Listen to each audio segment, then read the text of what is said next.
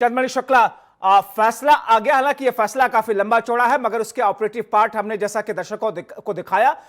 महत्वपूर्ण जो लाइन के इस फैसले के हिसाब से सारे के सारे दोषी आरोपी बरी कर दिए गए हैं, क्योंकि कोई साक्ष्य पर्याप्त तौर पर सबूत नहीं मिले, सुनियोजित तरीके से घटना नहीं घटी और सब कुछ अचानक हो गया।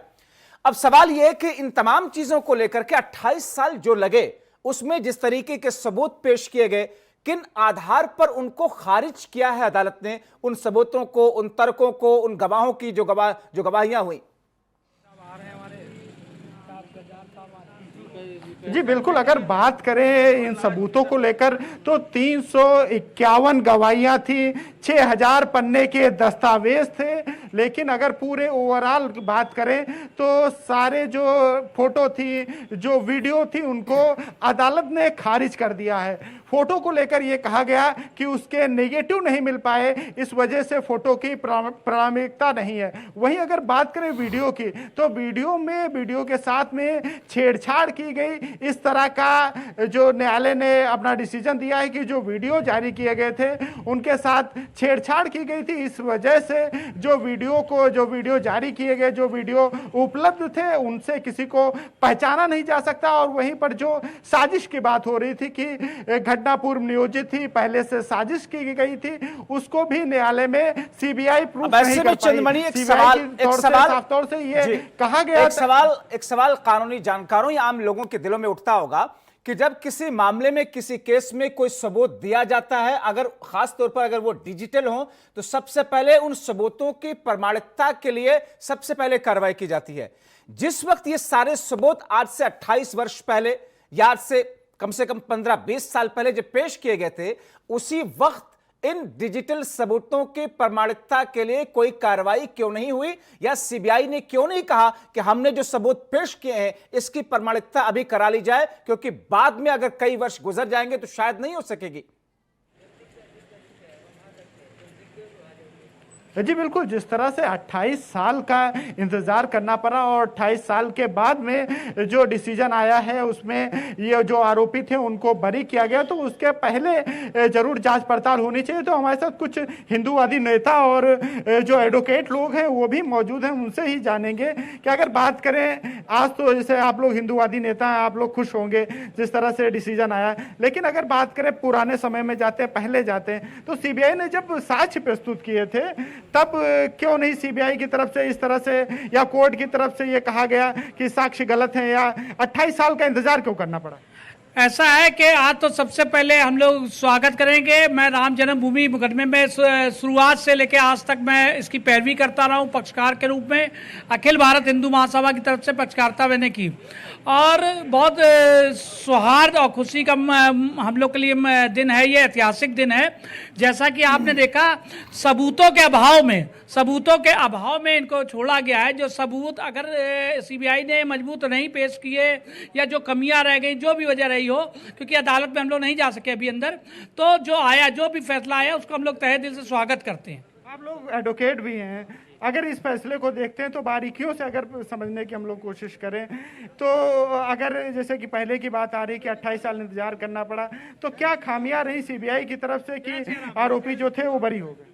देखिए, इसको यूं ना कहिए कि खामियां रहीं। वो जांच एजेंसी है, उसने अपना काम किया, ईमानदारी से किया, योग्यतापूर्वक किया। अगर कोई तथ्य नहीं ही हैं तो वो ज़बरदस्ती नहीं लाए जा सकते हैं। सीबीआई ने ठीक से जांच करी है, न्यायालय संतुष्ट है। और रही 28 साल या 30 साल की बात, तो 6000 पन्ने के दस्तावेज दाखिल किए गए थे, 120 बढ़ाया गया था सीबीआई की दखल अंदाजी के बाद में।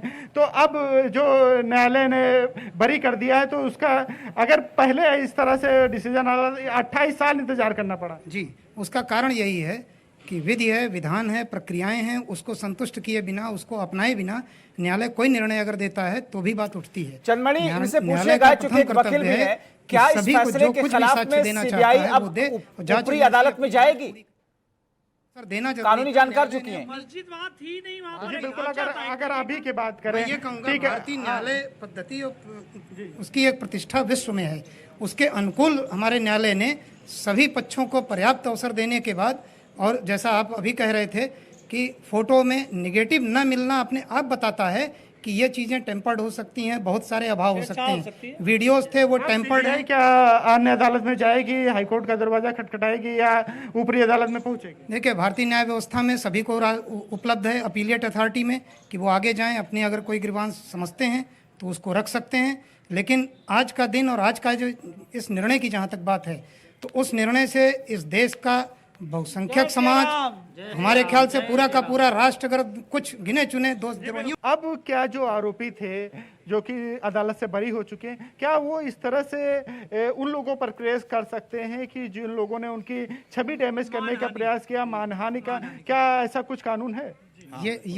ये उनकी मंशा अगर ऐसी आती है, उन्हें लगता है कि हमारी अपूर्णीय क्षति हुई है मेरे मान की, मेरे इमेज की, then they can initiate proper forum. क्या क्या धाराएं बन सकती हैं, किस तरह से मामला दर्ज कराया जा सकता 504-506 में आईपीसी में प्रोविजन है। उनको लगता है कि हमारी मानहानि हुई है तो वो जा सकते हैं। सक्षम न्यायालय उसका निर्णय करेगा कि ऐसे मामलों में क्या इनकी मानहानि हुई, या ऐसे मामले के तहत अगर वो ये समझता है कि ऐसा प्रकरण उठने के कारण से इसको मानहानि के रूप में न लिया जाए, न्यायालय का विवेकाधिकार है, वो सक्षम है क्या निर्णय ले, बट किसी को रोका नहीं जा सकता। आपके साथ कई सारे लोग हैं, जरा आम लोगों से भी बात कीजिए। चंद्रमणि शुक्ला, प्रतिक्रियाएं कैसी हैं और इस वक्त हर्षोल्लास कैसा है उन लोगों के दिलो दिमाग में, और आज कैसा, क्या कोई जश्न सरीके कोई माहौल भी उन लोगों के दिलों में चल रहा है? उनके लिए गर्व का बात है। लेकिन हम लोग को ऐसा नहीं लगता है, हिंदू समाज ने। जी बिल्कुल, अगर बात करें, आप हिंदूवादी नेता हैं, अगर आज की बात करें तो एक जश्न की तरह देखते हैं क्या? बिल्कुल, ये राम भक्तों पे जो ये मुकदमा चला, पूरा बरी हुए, और जैसा कि आप खुद ही जान रहे कि जो मानहानि में जा सकते हैं, जैसे कि आपने बात कही, जाएगा कोई नहीं, क्योंकि ये एक उनके लिए तमगा आप है। लोग किस तरह से देखते हैं? आपने पूरा आंदोलन देखा होगा, आप उम्र दराज लगते हैं, 92 का वो दौर देखा होगा। अगर इस समय की बात करें, पूरा आपने इतिहास देखा, एक आम आदमी के तौर पे अगर आपसे बात करें तो आप किस तरह से पूरा प्रकरण देखते हैं? मैं 92 में भी अयोध्या में था, मौजूद था, गया था वहाँ पर। और 89 में जब हुआ था उस समय भी मैं वहाँ पर अयोध्या में मौजूद था। वहाँ पर सबसे बड़ी कमी जो थी, 89 में मौजूद थे, 92 में मौजूद थे, तो क्या जो आप प्रत्यक्षदर्शी थे, अगर बात करें कि जो साजिशन आरोप लगे थे, कोर्ट ने बरी कर दिया। आरोप के विषय में मैं बता रहा हूँ, ये आरोप जो है ये हिंदुओं का हैरेसमेंट सुनियोजित तरीके से किया गया, बहुसंख्यक समुदाय का, क्योंकि हमेशा जो है वहाँ पर भगवान रामलला की विराजमान की मूर्ति की पूजा होती रही, और उसमें जितने पत्थर लगे थे सब में हिंदू देवी देवताओं का चित्र था, मूर्ति थी उसमें सारे खंभों में, और उसमें स्ट्रक्चर को हमेशा आपकी बात करें कि जो उसमें जो है किस तरीके से साजिश हुई थी कि नहीं? साजिश की बात बता रहा हूँ ना, कैसे की हुई थी कि ये हमेशा से जितने भी आज तक उसका फोटो दिखाया गया, अब भी जो फोटो आ रही हैं उसकी स्ट्रक्चर की, वो हमेशा पीछे की फोटो आ रही है, सामने का फ्रंट कभी किसी भी पत्रिका में, किसी भी टेलीविजन पर और किसी भी उसमें नहीं दिखाया गया। आप वहाँ पे मौजूद थे। अगर फ्रंट की बात करें, हमेशा से आराधना हो रही थी, वो हिंदुओं का था, बहुसंख्यक समुदाय का था, उसमें नीचे भी जो पत्थर लिखे थे उसमें हिंदुओं के नाम लिखे थे।